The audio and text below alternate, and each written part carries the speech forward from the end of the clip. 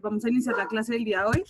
La clase pasada estábamos viendo un poquito lo que era el lamarquismo. ¿Alguien me puede recordar qué era el lamarquismo?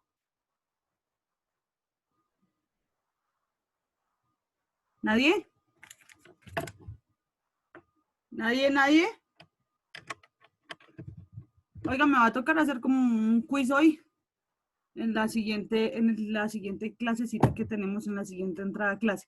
Bueno, entonces, no olvidar, sí, que cuando hablamos del lamarquismo, hablamos, sí, más que todo, de algo principal y es que la función va a ser al órgano, ¿cierto? Entonces, a medida de que yo necesite más mi órgano, ¿cierto? De que necesite estimular más mi órgano, este va a tener a un cambio, ¿sí? Y ese cambio va a ser heredado a las generaciones siguientes. Entonces, recordar un poquito, ¿cierto? El ejemplo que nos daban de las jirafas. Entonces, nos decían que las jirafas, básicamente, sí, debido pues a la escasez de alimento que se estaba presentando, digamos, en ese momento, sí, todas eran de cuello corto, todas empezaron a alargar su cuello hasta alcanzar, digamos, la zona más alta de los diferentes árboles, ¿sí? Y ahí empezaron a estirar su cuello y ese gen fue heredado, ¿sí? A las otras generaciones y de ahí para adelante todas empezaron a tener el cuello largo, ¿listo? También hablamos un poquito, ¿sí? De lo que significa el darwinismo, de lo que había hecho Charles Darwin y Wallace Russell, básicamente, ¿sí? Entonces acá ellos tienen 3 puntos de enfoque que son bastante importantes. Uno es que, pues, básicamente todos los animales van a tener una buena capacidad de reproducción, ¿cierto? Entonces, la capacidad reproductiva para ellos, ¿sí? Va a ser, digamos, eficaz, va a ser, ¿cómo decirlo? Va a ser como efectiva, por decirlo de esa manera, ¿cierto? Entonces, estas generaciones, ¿cierto? Para que se den estos traspasos de evolutivos, ¿sí? O estos momentos evolutivos, lo más importante es que haya una variabilidad genética, ¿sí? Para que haya una variabilidad genética, la única opción o la única manera de generar ese pool o ese acervo genético es a través de la reproducción, ¿sí? Y de tener descendientes. ¿Listo? Entonces, básicamente, pues todos los descendientes no son iguales, va a haber una combinación genética de todos los genes y las características que hacen parte de cada organismo para que ese organismo se pueda adaptar a una condición ambiental o al cambio, en este caso, que esté proveyendo como tal el espacio, ¿cierto? Para el organismo. Entonces, básicamente, acá dice que un motivo importante, ¿sí? ¿Sí? Para que el proceso evolutivo se le conoce como la selección natural, ¿sí? Y digamos, una de las frases más importantes cuando uno habla de evolución darwiniana, ¿cierto? Cuando hablamos de evolución dada por darwinismo, es que el organismo más adaptado, ¿sí? O mejor adaptado a los cambios del ecosistema o a un determinado ambiente, va a ser el que sobreviva, ¿listo? Entonces, digamos, en este caso no va a ser el más fuerte, ¿sí? Sino el que más capacidad de poderse adaptar a esos cambios va a ser el que sobreviva. Cuando, digamos, básicamente sucede algún fenómeno, ¿sí? Que haga que de pronto el ambiente afecte la vida de los organismos que hacen parte, ¿sí? De un determinado ecosistema, se le conoce selección natural, ¿sí? Se le conoce con el nombre de la selección natural. ¿Qué significa la selección natural? Por ejemplo, chicos, en este momento, ¿sí? Nosotros estamos viviendo un claro ejemplo de la selección natural, ¿cierto? O sea, un virus está dispuesto en el ambiente, el que mejor se adapte al virus, el que mejor cuide el virus, el que mejor pueda sobrellevar, digamos, la enfermedad del virus, si este virus pues lo llega a contraatacar, ¿sí? Básicamente es el que sobrevive, ¿sí? Pero el que no, pues es el que se va a morir, ¿cierto? Entonces su historia en la vida de la Tierra pues va a finalizar, ¿listo? Entonces no podemos decir que, digamos, de pronto lo que estamos viviendo ahorita nos lleve como a un momento evolutivo, ¿sí? Porque pues realmente sería muy prematuro decir que esto nos va a generar algunos cambios, ¿cierto? A nivel biológico, ¿cierto? En nosotros. Obvio, cambios a nivel social ya estamos teniendo, ¿cierto? Y esos cambios a nivel social también puede hacer que algunas estructuras de nuestro cuerpo, ¿sí? Empiecen a desadaptarse de ese contacto, de ese entorno, ¿sí? Y cuando de pronto retomemos otra vez nuestra vida normal y demás, no vayamos a ser de pronto tan fuertes, ¿sí? En el momento de pronto de enfrentarnos con otras enfermedades, ¿sí? O que están de pronto de manera natural en el ambiente. Por ejemplo, entonces nos acostumbramos a salir todo el tiempo con tapabocas, ¿sí? Entonces, al salirnos a acostumbrar todo el tiempo con tapabocas, en el momento que ya no tengamos que usar tapabocas, de pronto, no sé, un mucho frío, ¿sí? O un otro virus de una gripa que no mata, no sé, de otra gripa que no sea el coronavirus, porque ahorita todo es coronavirus, ¿sí? Entonces, una gripa normal, ¿sí? Le entró y de pronto esa gripa lo va a contraatacar a usted más fuerte. ¿Por qué? Porque su cuerpo ya perdió la memoria de estarlo protegiendo, ¿sí? De estar protegiendo. Entonces, también digamos como que la falta de uso, ¿sí? De algunas estructuras por nuestras condiciones de vida social también nos puede llevar a que, digamos, tengamos una pérdida, ¿sí? De pronto de algún órgano, de alguna estructura que nos sirve para acomodarnos a un determinado ambiente, ¿sí? O también nos puede llevar, digamos, a un cambio evolutivo que tenga que modificar nuestra estructura biológica, ya sea interna o externa, para podernos acomodar a las nuevas, digamos, necesidades que va a proveer, en este caso, el ambiente. ¿Listo? Entonces, ¿qué dice la selección natural? Que como consecuencia, pues, básicamente a evolucionar, ¿sí? Mediado una presión natural, ¿sí? Nosotros vamos a tener que las especies van a cambiar con el tiempo, ¿listo? Y que pues en este caso, esas especies que van a cambiar van a ser las que mejores se van a adaptar como tal a un determinado ambiente, ¿listo? Entonces, el darwinismo lo explican, ¿sí? Muy parecido a como explican el lamarquismo y dan un ejemplo también con las jirafas. Lo que dice Darwin es lo siguiente, no era que solo existiera una jirafa, ¿sí? Un tipo de jirafa que tuviera el cuello corto, sino existían dos especies de jirafas. Una iba a tener el cuello largo, ¿sí? Y la otra iba a tener el cuello corto, ¿sí? Entonces, básicamente, ¿sí? Lo que pasó fue que cuando el alimento de la parte baja de los árboles empezó a escasear, no simplemente porque las jirafas eran las que se alimentaban de eso, sino porque también hay muchos otros organismos más de otras especies que se alimentan de la parte baja de los árboles, ¿sí? Entonces Darwin dice, bueno, no, acá empezó a haber selección natural. ¿Por qué? Por falta de alimento, ¿cierto? Entonces aquí lo que pasó fue que esas de cuello corto se quedaron sin alimento porque el alimento escaseó hasta tal punto de que ellas se murieron de hambre, ¿sí? Y las únicas que sobrevivieron fue las jirafas de cuello largo, porque ¿sí? Ellas tenían más disposición de alimento y podían acceder de pronto a zonas más altas y fueron las que se quedaron reproduciendo y fueron las que quedaron, digamos, en la población de la Tierra. Lo que sucedió con las jirafas de cuello corto en este caso fue que las jirafas de cuello corto se extinguieron. ¿Listo? ¿Por qué? Por una selección natural mediada, ¿por qué? Por la necesidad del alimento.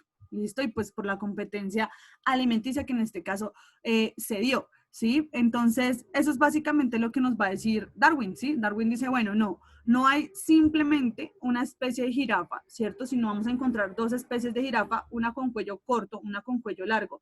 La del cuello corto desaparece, se extingue porque la selección natural, mediada por la necesidad alimenticia y la competencia del alimento, hizo que esa desapareciera, su linaje en la Tierra. En cambio, la de cuello largo no tuvo esa selección natural debida por el alimento, entonces pudo continuar su vida normalmente y fue la que siguió reproduciéndose en la historia, ¿sí? De la Tierra y es la que actualmente pobla la Tierra y es la que se presenta, ¿listo? Que es la que conocemos de cuello corto. Entonces él dice, oiga, no van a evolucionar como dice Lamarck, ¿cierto? De que si yo necesito estimular, sí, de pronto alguno de mis órganos, yo sí puedo llegar a un cambio evolutivo según la necesidad que yo medie, sino que, pues, a diferencia, sí, se piensa que hay dos tipos de jirafas y que las competencias, el ambiente, el mismo ambiente hizo, sí, que una de esas dos se extinguiera y que simplemente quedara una y continuara, pues, en la historia de la Tierra como tal. Chicos, ¿me entendieron ese pedazo? ¿Alguna pregunta de ahí?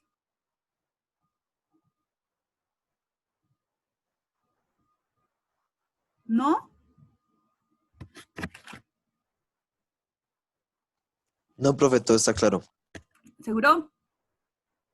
Sí, Oiga, señora. ustedes son un funeral, hola. No hablan solo por allá, Harold, hay veces de la voz que responde, de resto nadie más. Y, y ahí, y Vera, nadie más responde, de resto todos. Ay, hay veces Ortiz. De resto son, mejor dicho, niños, unas tumbas, qué miedo. No hablan ustedes. Bueno, entonces, recordar un poquito, pues, entonces, de ese lamarquismo y ese darwinismo, ¿no? No olvidar nada de lo que se les está explicando, ¿sí? Para que el otro año, pues, tengan ese conocimiento fresquito para las preguntas, pues, del IFEX. ¿Listo? Entonces, hasta ahí no hay ninguna pregunta, nada, todo entendido. O sea que ahorita en el segundo momentico hacemos un cursecito y lo subimos y todo es perfecto, ¿cierto? Listo. Entonces, continuamos por acá. El neodarwinismo, sí, es lo que en la actualidad, sí, se ha investigado y se ha evidenciado después de la teoría y pues después de la publicación del origen de las especies, ¿sí? El neodarwinismo básicamente lo encabeza un señor que se llama Richard Dawkins, ¿sí? Que es el señor que más importante pues en este momento y más duro ha trabajado pues en este tema evolutivo después de Darwin, ¿sí? Este señor, pues, básicamente ha hecho muchos libros, ha hecho un libro que se llama El gen egoísta, ¿sí? Es un libro también muy interesante de leer, muy chévere de leer, ¿sí? Realmente, este señor que les digo, Richard Dawkins, ha venido acá, a Colombia, ¿sí? A dar conferencias, aproximadamente en una conferencia, el man vale como 500.000 pesos, ¿sí? Pero no solo ha venido él, sino también ha venido con curas, ¿sí? Con curas y ha tenido como debates, ¿sí? Referentes al tema de la evolución desde la religión y desde la ciencia, ¿sí? Entonces, han presenciado debates desde la religión y la ciencia, ¿sí?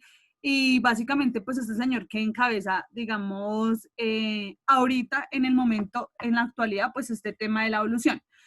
¿En qué ha avanzado la evolución, chicos? En la época de Darwin, sí, básicamente se desconocía todo lo que tenía que ver con la genética y todo lo que tenía que ver con la ingeniería química, con la biotecnología, con la bioquímica, con todo eso, ¿sí? No, ese mundo se desconocía y más ese mundo genética de heredar caracteres, de cómo serían esos caracteres, de que, digamos, somos un linaje y que tenemos compaginidad con algunos organismos, de pronto de la formación de cladogramas a través de estructuras, todo eso estaba desconocido en aquella época, ¿sí? Cuando ya viene el neodarwinismo, ¿sí? Básicamente es porque se une o se articula, ¿sí? Básicamente toda la teoría de la evolución y se empieza a sustentar toda la teoría de la evolución a partir, ¿sí? De lo que tiene que ver con la biología celular, todo lo que tiene que ver con los fósiles, todo lo que tiene que ver con genética, todo lo que tiene que ver con filogenia o parentesco, ¿cierto? Todo lo que tiene que ver con anatomía comparada, que es la formación de estructuras óseas, ¿cierto? Y de órganos, y todo lo que tiene que ver con pruebas bioquímicas. Cuando se une, ¿sí? La teoría de la evolución y lo que en esa época había dicho Darwin, con estas ramas de la biología, ¿sí? Que son muy importantes, ¿sí? Y cuando se articulan, se unen como tal, generan un sustento más creíble y más fuerte para la teoría de la evolución.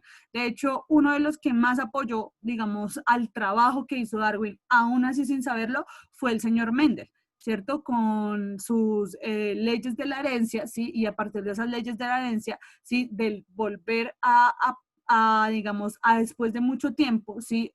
4 científicos retomar los trabajos de él para poder dar explicación a lo que él, digamos, quiso plantear en aquella época o abrir ese paso a la genética, pues cuando se abre ese paso como tal, chicos, pues básicamente se refuerza todo lo que estaba diciendo Darwin y no solo se refuerza, sino que se encuentran pruebas como tal que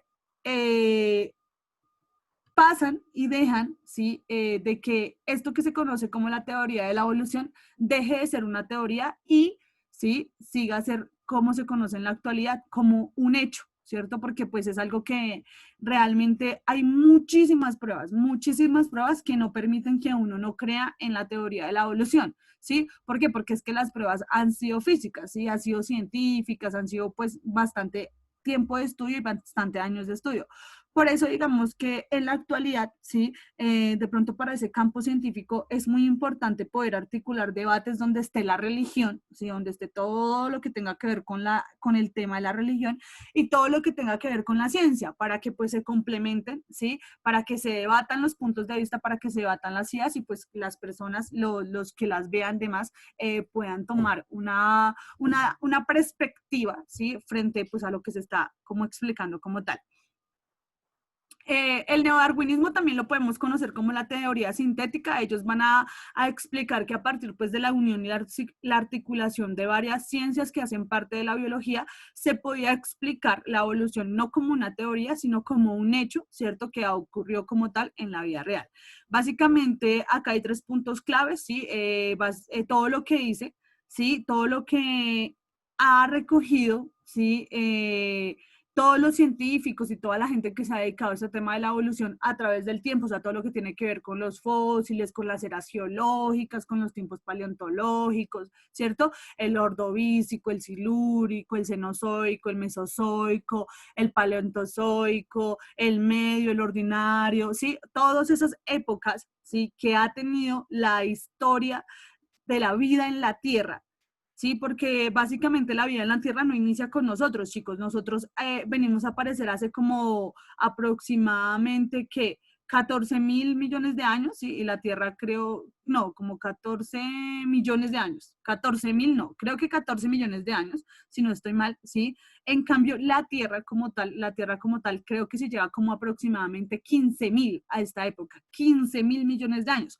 O sea que existió aproximadamente como 14.800, como 14.800, no, pues una vaina loca, no, ni siquiera me dan las cuentas de la cabeza. Bueno, como 14.800 algo años sin nosotros, ¿sí me entienden? O sea, vivió mucho tiempo. De hecho, como la última especie que apareció sobre la faz de la Tierra, ¿sí? En el proceso evolutivo fuimos nosotros, los seres humanos. ¿Cierto? Eso fue el último que evolucionó y fue como el último que apareció y debido pues a su capacidad de razón pudo controlar, digamos, lo que se conocía antes como un demonio, ¿sí? Como un animal indomable, que fue el fuego, en este caso, ¿sí? El hombre cuando domina el fuego y acentúa toda una civilización. No solo eso, cuando empieza a cultivar, ¿sí? Como tal, acentúa más la civilización para que se quede, digamos, en un lado quieta, porque pues si nosotros recordamos un poco, ¿sí? Antes se veía lo que era el nomadismo, ¿cierto? De acuerdo a la evolución del hombre. Entonces, ¿qué significaba eso? ¿Quién se quedaba en el hogar? Desde la historia de la evolución y demás, ¿sí? Siempre, pues, el sexo, en este caso humano, que se quedaba en el hogar, era la mujer, ¿sí? Ellas se quedaban en el hogar, pues, teniendo sus crías y demás para seguir poblando como tal la tierra, y los hombres pasaban de caverna en caverna viajando, ¿sí? Y a lo que iban pasando de caverna en caverna viajando, a descubrir, a caminar, yo qué sé, a explorar, ¿sí? Iban dejando embarazadas a las mujeres que iban quedando en cada una de esas cavernas. ¿Sí? Y pues cuando ya el Homo sapiens, ¿sí? Empieza a cultivar, ¿cierto? Empieza a cultivar la tierra, a labrar la tierra, es cuando ya empieza a formar como una mentalidad de civilización, de sociedad. Entonces ya me acomodo en un espacio y en ese espacio empiezo a generar como una jerarquía de relaciones, ¿cierto? A socializarme a través de jerarquías y pues esas jerarquías pues vinieron a formar lo que hoy en día conocemos como países, ciudades, culturas, mundos, ¿cierto? Pero pues obvio no fuimos, la civilización que nosotros tenemos en la actualidad es una civilización moderna, ¿no? Pero pues recordar que todo esto también, digamos, a nivel histórico ha tenido como un momento evolutivo, ¿cierto? Porque pues no siempre la vida ha sido como la vivimos actualmente, ¿no? Sino sabemos que antes de pronto las guerras eran diferentes, la forma de vivir era diferente, la forma de relacionarse, los reyes, las reinas, las jerarquías, los plebeyos, los feudales, ¿sí? Todas esas épocas marcan, digamos, como la evolución social del hombre, ¿cierto? Pero sí, nosotros llevamos muy poco tiempo en la historia de la vida de la Tierra, básicamente, chicos. Antes de nosotros han existido muchos organismos más y muchas épocas y muchos periodos paleontológicos que han permitido, ¿sí? Y han dejado huella y rastro hasta la actualidad para asegurar en este momento de que la teoría de la evolución no es una simplemente teoría escrita, ¿sí? Y pensada por alguien, sino que ha pasado de ser una teoría a ser un hecho, ¿sí? Que en el cual yo puedo obtener pruebas a partir de diferentes ramas que hacen parte de una ciencia como la biología y puedo explicar los fenómenos que están pasando a mi alrededor o que puedo determinar en mi alrededor, ¿listo? Entonces, básicamente, vienen a hablar de todo lo que son los mecanismos de evolución, ¿sí? Que van a ser como todas esas causas por las cuales se dio la evolución en los organismos a través de esos periodos históricos que yo les estoy comentando como tal. Recordar, chicos, que en estos periodos también hubo desapariciones como tal de la vida en la Tierra, ¿cierto? Que conocemos estas películas de la era de hielo, ¿sí? Que de pronto ustedes han visto, ¿sí han visto la era de hielo o no?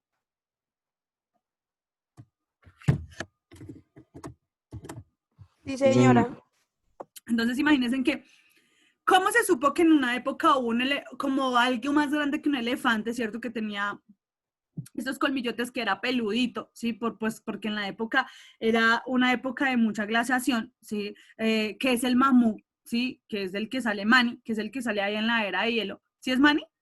El mamut, ¿cierto que sí es Manny? ¿Cómo se llama el que es todo fastidioso que habla y habla y habla? Sí, sí, que es el que habla y habla. Bueno, Manny, sí, existió en la época de antes. Se encontró registro fósil, ¿cierto? Se encontró registro fósiles de mamut, ¿sí? Pero no solo eso, también en las rocas que, digamos, habitaban en las cuevas que habitaban de pronto algunas de esas culturas, ¿sí? Básicamente ellos, ¿sí? Pintaban, ¿sí? Peleando con mamuts, entonces peleando con la lanza de los mamuts, porque pues hay que recordar, chicos, que los que extinguimos los mamuts fuimos nosotros.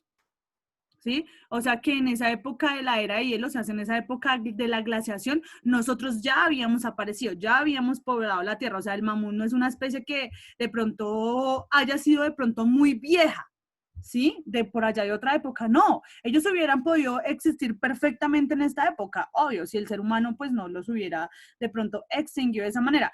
¿Por qué los extinguieron, chicos? Porque pues era la carne de que se alimentaban, ¿cierto? Entonces es como comemos y comían y comían y comían carne, pero pues tampoco respetaban los periodos de reproducción de estos animales, ¿cierto? Entonces al no respetar los periodos de reproducción, no simplemente comían adultos, sino comían jóvenes, niños, mamuts embarazadas y demás, y así se fue desapareciendo como tal la especie. ¿Sí? Nosotros en la actualidad tenemos muchas especies en vía de extinción, ¿sí? Tenemos una especie que es muy reconocida en el Amazonas que se llama el pirarucú, ¿sí? Nosotros en la parte de Colombia, en la parte del río de Colombia, cuidamos mucho el pirarucú. ¿Ustedes alguna vez lo han escuchado?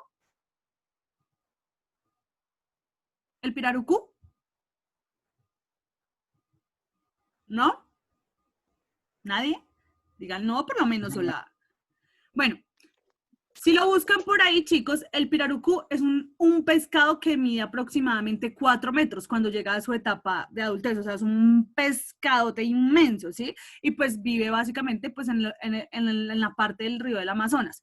La carne de ese pescado, o sea, es deliciosa, chicos. Hay una cosa que se llama los chicharrones de pirarucú, que si algún día van al Amazonas, tienen que probarlos. O sea, son de pescado, pero son chicharrones, o sea, y ni siquiera chicharrón así grasoso, es una cosa deliciosa, pruébenlo, ¿sí?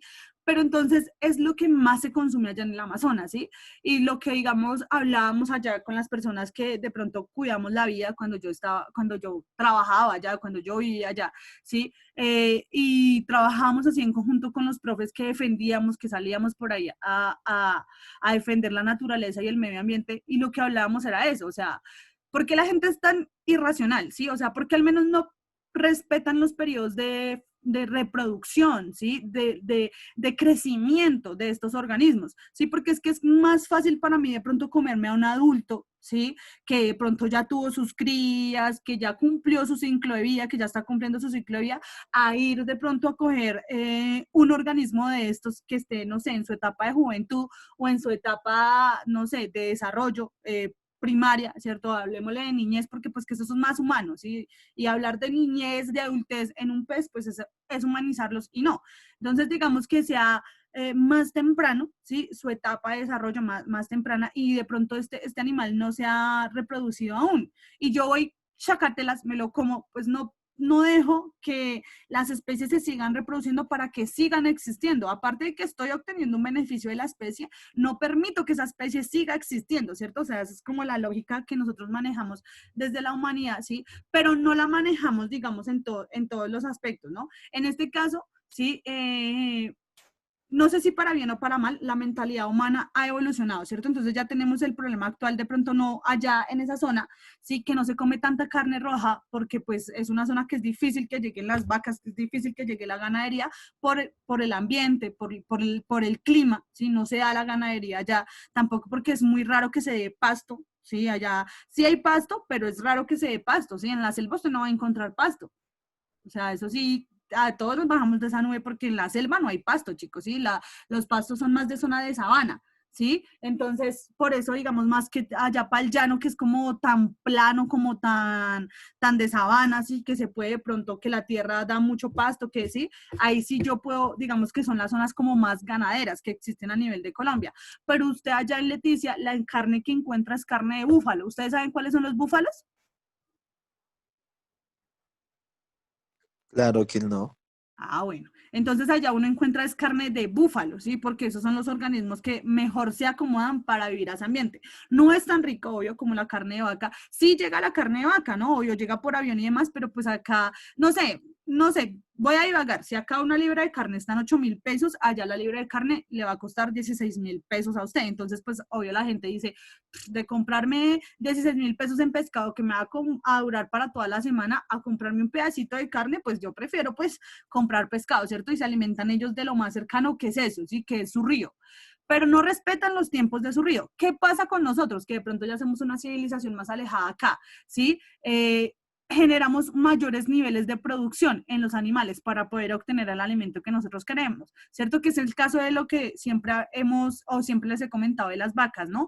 Producimos, producimos, producimos, producimos, producimos, comemos, comemos, comemos, comemos, ¿sí? Como la producción no es tan alta, ¿cierto? Como la demanda alimenticia, hormonamos, hormonamos, hormonamos, hormonamos para que el proceso de crecimiento y desarrollo de esa vaca sea mucho más rápido, ¿sí? No me vaya a demorar tanto y poder seguir produciendo, produciendo, produciendo, sin importar qué consecuencias puedan tener esas hormonas en los organismos de las personas que se están alimentando.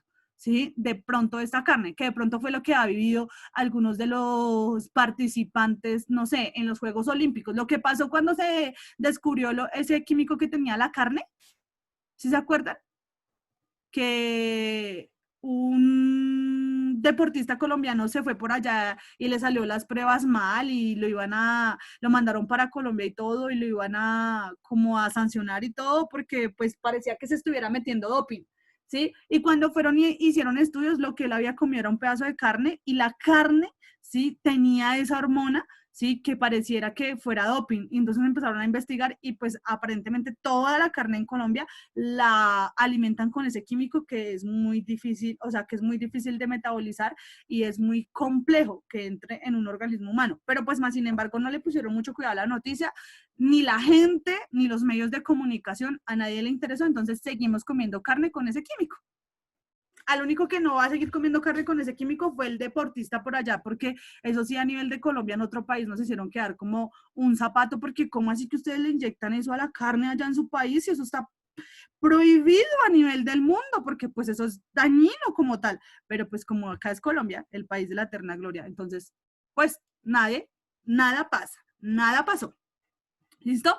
Entonces, es comprender todos esos mecanismos que han llevado, sí, en que en la actualidad nosotros estemos como estamos. Si ustedes no sabían, les comento un poquito de que se cree que una de las causales que nosotros hayamos podido desarrollar el cerebro en este momento de la razón, ¿sí? En este momento de poder razonar como lo tenemos, fue debido al consumo de carne. Si no se hubiera consumido carne, ¿sí? No hubiéramos logrado el desarrollo que logramos, pero no carne cruda, sino carne cocinada en este caso, ¿sí? Cuando nosotros empezamos a dominar el fuego y empezamos a cocinar nuestra carne, aumentamos nuestras posibilidades de vivir y también aumentamos nuestro desarrollo cerebral. Ustedes van a decir, ¿por qué posibilidades de vivir, chicos? Porque como la carne no se cocinaba, si el animal de pronto tenía alguna enfermedad, alguna bacteria o algún virus, ¿cierto? Entonces, al comer nosotros esa carne, inmediatamente esa enfermedad, ese virus pasaba, ¿cierto? A esas poblaciones humanas. En esa época se desconocía totalmente cualquier medicamento, cualquier cosa contra una enfermedad, ¿sí?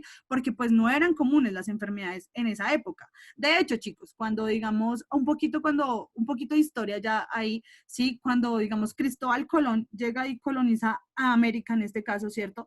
Y pues genera pues todo eso, él no simplemente, ¿sí?, trae a esos bandillos malos ladrones para que violen a nuestra gente y para que se robaran nuestro oro, con el cual vivieron hasta hace aproximadamente 5 años, que se les acabó, ¿sí?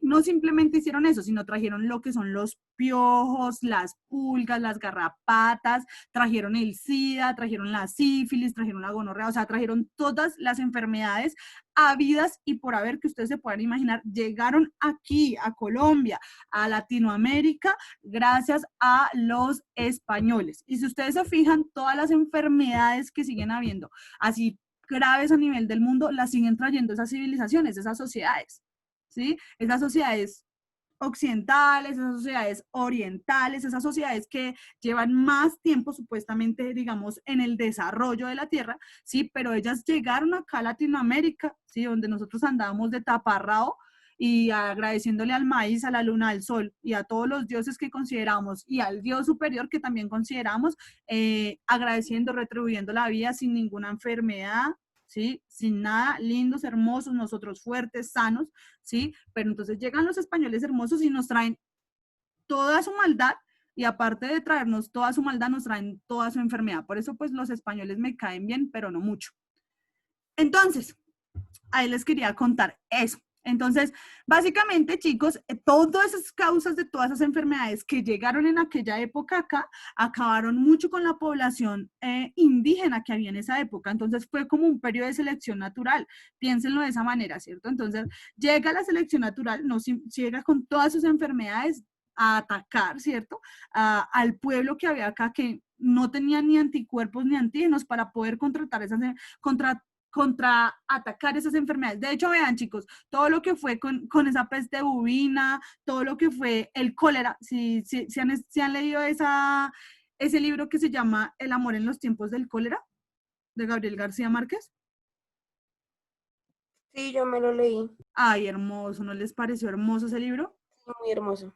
Hermosísimo. Y al que no le guste leer muchísimo, búsquese la película y véala. Ah, hermosa. Pero vean un poquito, mire, todas esas enfermedades venían de esos países, chicos, ¿cierto? Y esas enfermedades, o sea, como en esta época, acabaron con la población, o sea, de manera desorbitada. ¿Por qué? Porque en esa época no se conocía, digamos, ya se conocían lo de las vacunas y demás, pero pues básicamente no era mucho el trabajo que se hubiera hecho frente pues a la ciencia, ¿cierto? Y la ciencia no ha evolucionado tanto, digamos, no había evolucionado tanto como pues la tenemos en la actualidad. Y no solo la ciencia, porque pues en este momento, ¿sí? Una de las ventajas de la actualización que nosotros hemos tenido no es solo la ciencia, sino también ha sido, digamos, ese proceso tecnológico, ¿cierto? Que ha permitido que la ciencia explore otras cosas como tal.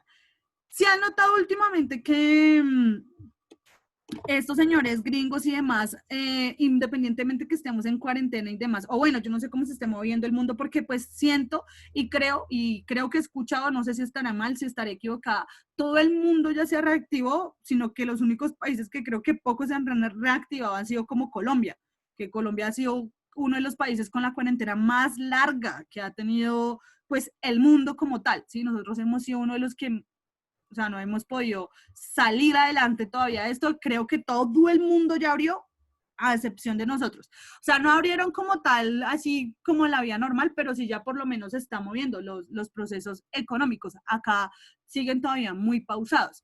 Entonces, estaba escuchando eso, ¿sí? Estaba viendo, digamos, un poquito esto y asociándolo un poquito a toda esta teoría de la evolución. Yo no sé si una vez, yo creo que yo les había comentado que hay una teoría que se llama darwinismo social, ¿sí? Y habla cómo esa selección natural, ¿sí? Y cómo todos esos mecanismos de evolución han llevado que socialmente también tengamos como una competencia, una lucha o un tipo de selección natural que nos lleva, ¿sí? Como a un momento evolutivo como sociedad.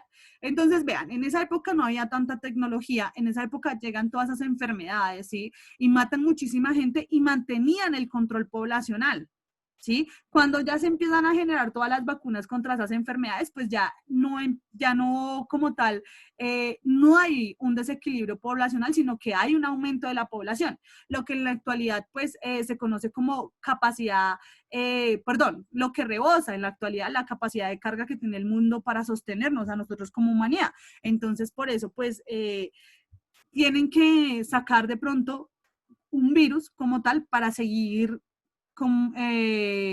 manteniendo, ¿cierto? La historia de nosotros en la Tierra. Y pues les quería decir, sí, de que la NASA mande y mande por allá para Marte y busque vida en Marte y loco por buscar agua en Marte está Estados Unidos y está toda la NASA y está todo lo que viaja al exterior, loco por encontrar agua en Marte, loco por encontrar vida en Marte, o sea, están obsesionados con el tema, ¿sí? Y yo digo, bueno, ¿por qué hay tanta obsesión con el tema cuando el mundo se está acabando? O sea, ¿por qué primero no arreglar el mundo en el que usted está viviendo, ¿sí? Y luego ir a ver si puede ir a joder otro mundo, porque a Marte no vamos a hacer no vamos a ir a hacer otra cosa diferente que lo que vinimos a hacer acá en la Tierra, destruirlo, ¿cierto? Entonces yo digo, bueno, o sea, en vez de usted, sí, cambiar la mentalidad de toda una sociedad, de todo un país y de irse por allá para otra región, más bien porque no cambia la mentalidad, no hace que evolucione la mentalidad de la parte donde usted está. Pero no, chicos, ¿no? Entonces, digamos, ellos siguen, ¿sí? Obsesionados con que nosotros vivamos de esta manera, ¿sí? Que vivamos, digamos, así. Realmente a mí me parece muy triste la situación que estamos pasando ahorita, pero me parece más triste y me parecería más triste aún el día que encontraran algo por allá en Marte, porque sería otro planeta a manos del ser humano que sería destruido y perdido como tal. Entonces, pues eso no sería como tan bueno. Básicamente, chicos, acá nos dicen que todas las relaciones de parentesco vienen generando, digamos, como familiaridades entre especies como tal. Entonces, es como decir que el gato, ¿sí? Se parece mucho al leopardo, ¿sí? Y en su comportamiento